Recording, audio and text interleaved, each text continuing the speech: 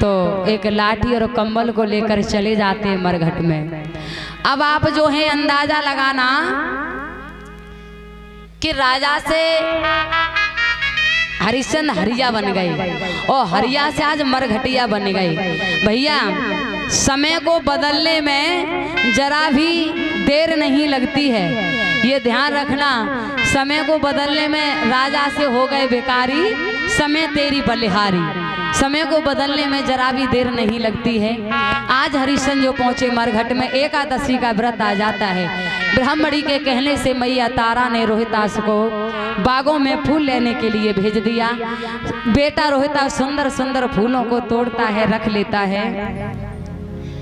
और हुआ ऐसा कि कपटी विश्वामित्र ने विचार किया कि आज मैं देखूंगा ये अपने धर्म को कैसे बचाएगी। तो कपटी विश्वामित्र जो थे एक सर्प का रूप बनाते हैं, एक सुंदर से फूल में जाके छुप गए।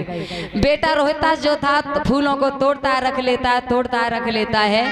और देखते देखते रोहितास की हाथ के अनामिका वाली उंगली में विश्वामित्र बने सर्प उन्होंने डस लिया। जैसे ही अनामिका वाली उंगली में डसा, रोहितास जो थे जमीन पर गिर जाते हैं। ये ध्यान रखना, बिच्छू का काटा हुआ चिल्लाता है और सर्प का काटा हुआ सो जाता है। एक ही आवाज निकली, मैया तुम जहां भी हो अपने बेटे को आकर के देख लो। मैया मुझे किसी काले नाग ने डस लिया है। जो ये शब्द कहे तो कपटी विश्वामित्र ने आकर के काशी नगरिया में आवाज लगा दी, किसी माँ का बेटा गया हो, वो माँ अपने बेटे को जाकर देखे, उसे किसी काले नाग ने डस लिया है। रानी तारा के कानों में आवाज पड़ी तो समझ गई कि मैंने ही अपने लाला को भेजा है।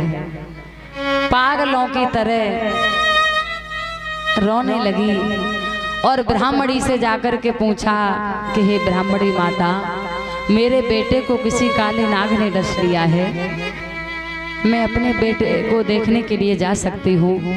तो ब्राह्मणी ने जवाब दिया, पहले भोजन बना लिया, झाड़ू लगाओ, उसके बाद बर्तनों को साफ करो।